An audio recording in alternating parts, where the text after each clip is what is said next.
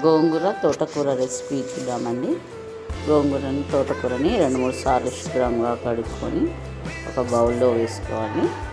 పచ్చిమిరపకాయలు, టమాటా, ఉల్లిగడ్డ, కొత్తిమీరని కూడా ముక్కలుగా కట్ చేసుకొని మరి దాంట్లో చేర్చాలి. పసుపు, ఉప్పు కూడా వేసి ఉడికించుకోవాలండి. ఉడికిన తర్వాత వెల్లుల్లిని దంచి దాంట్లో చేర్చాలి.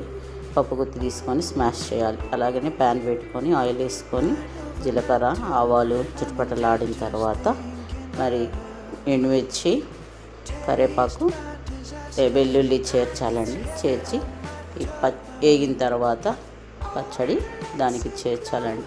ఇప్పుడు గుమగుమలాడే గోంగూర తోటకూర చట్నీ రెడీ అయిపోయింది.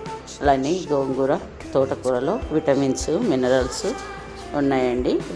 గోంగూరలో A, B1, B2, B9, C vitamin, folic acid